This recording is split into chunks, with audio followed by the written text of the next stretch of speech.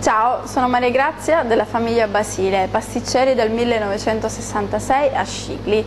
Oggi vedremo come si prepara la testa di turco, ma prima di ciò andiamo a scoprire dove nasce la leggenda di questo dolce tipico.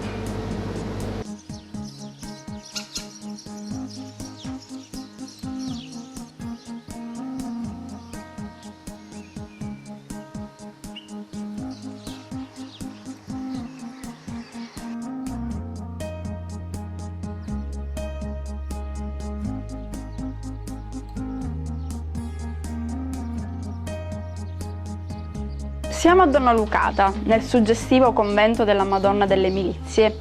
La leggenda narra che proprio qui, in una notte di marzo del 1091, avvenne una sanguinosa battaglia fra normanni e gli invasori saraceni.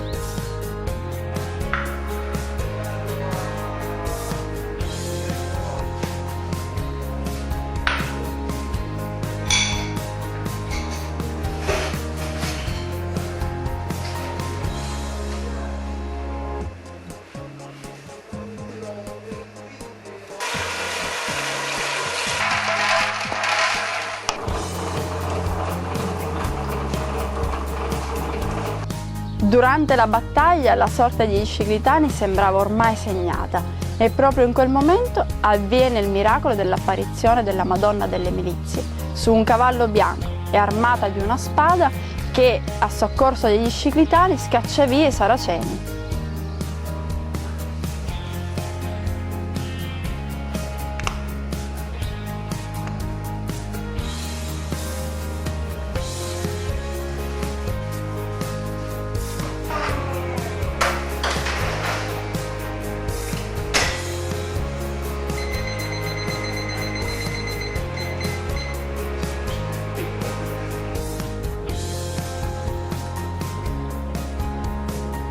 La leggenda narra che i Vinti, per consolarsi della sconfitta subita, realizzarono questo dolce a forma di turbante, farcito di crema pasticcera oppure di ricotta dolce.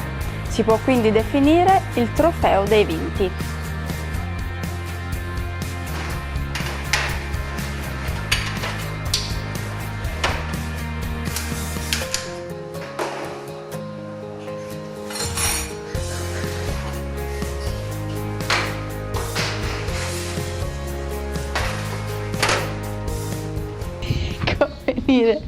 Il miracolo della Madonna a cavallo, della Madonna delle Milizie a cavallo, armata di una spada a scacciare via i saraceni.